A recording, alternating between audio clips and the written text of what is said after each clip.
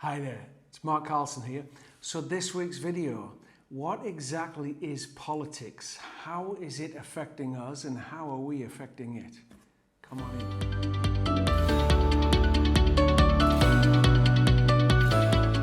So, different topic this week, politics. What is it? Well, first and foremost, I want you to think about yourself. Think about your life right now. Look at the space you're in. Now, the space is existing outside of you.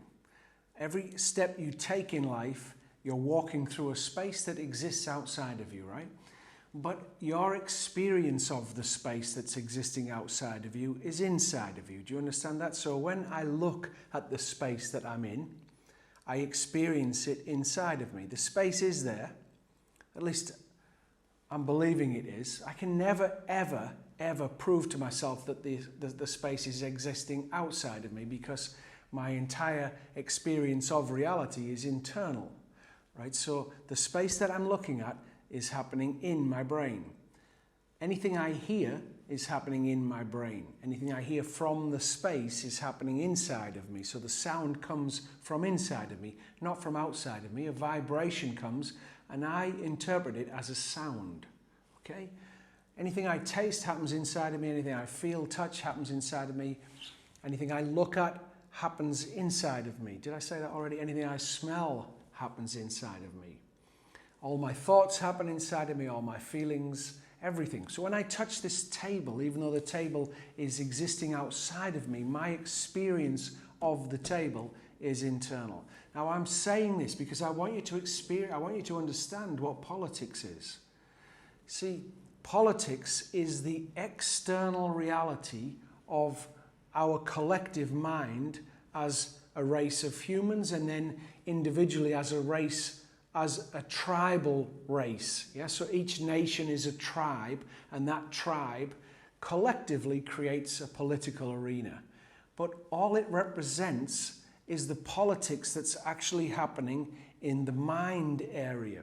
See, the mind is political, and there is never an answer. There isn't a political harmony. The mind doesn't harmonize. The mind is always opposing everything. What happens to harmonize the system, you pull your attention off the mind and bring it down into the moment. So look, if you're really righteous and strong about a political view, then for you to be strong on that one particular side that you're strong in, the other side has to exist. And the two sides that are opposing each other, there may be more, but let's just use two. Those two sides that oppose each other are happening inside of you, right? Yeah, so you've got that party, and you vote for this party, and you don't like that party. And everything that party does, you disagree with, and everything this party does, you agree with, or thereabouts, right? But those two oppositions are being seen and deciphered by your point of consciousness. So from your point of view, the politics that you argue for or against happens inside of you, right? And in the history of humanity, it's never worked. Never. Never. There is not one government that has ever put humanity first and helped us all. No, never, because politics by nature is an opposition. So as long as you stay in that political arena, whether it's internal or external, there'll always be a fight. Now the only way this is the reason that I'm bringing this video forward, the only way that we will ever bring our race of humans together is by moving from the political arena to the heart arena. The political arena is the mind. The real politics that happen in government is an extension of our collective mind as a race of humans or a tribal race. And the only way we are going to get to a place where we drop the walls of separation which happen in the mind is to bring our attention to the heart. Otherwise, we will kill each other eventually. I mean, not that we haven't been doing it quite, that's what we're getting really good at, killing each other. We're not working, never have we driven forward and said consciously, let's work toward creating love. instead of protecting ourselves from the same race. So a black person, white person, Asian person, their heart is in the same place. I know this is obvious, but really we need to say these things. When I take a dump, it stinks the same as you, and I'm going to die the same as you. The only difference between us is what we've been taught things mean that happens in the political arena. So language, yes, obviously, but also what my tribe has taught me is right and wrong. And then the next tribe has a different belief. And all that's happening is at the political arena, which comes from here, which is governing ourselves individually. Is that right? Which is governing our individual self, but it's also collectively governing us. That fight, the system that's in one tribe is different from the system that's in the other tribe. Now, we're here purposefully to experience separation. That's why we all come as different colors. We look different. We have different beliefs so that the illusion of separation can be played out. But if you're fighting for one side of a political agenda, you are absolutely strengthening the separation. You're pushing love away. You've got to get this. You're not only pushing love away from humanity ever coming together and finding utopia, but you're also pushing it away from yourself.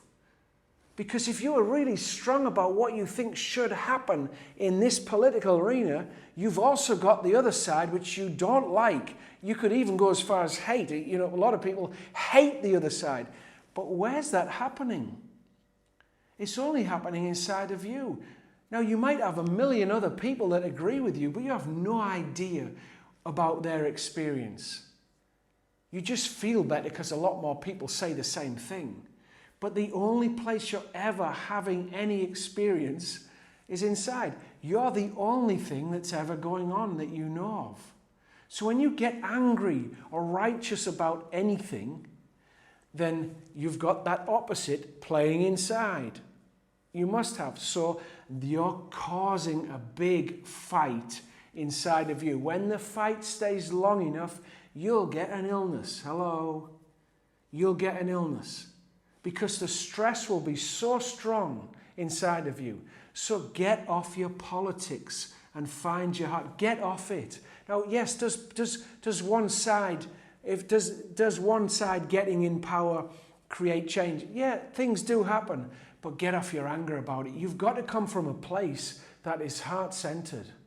You've got to learn to come off this mental arena, which is political, and get to your heart. Otherwise, your life won't work. It won't work harmoniously as long as you've got fights going on.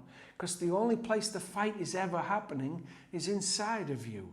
And so the healing has to happen inside of me first before I can help anyone else. I can't if I can't help other people, if I haven't helped myself first, I can't talk about love if I'm not experiencing love first.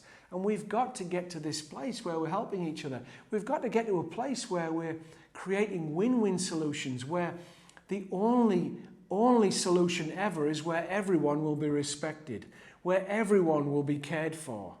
If 99.9% of the planet is on a yes, but 0.1% isn't, that's not the solution.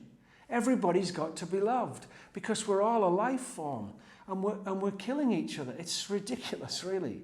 It's ridiculous. At the center of it all is money.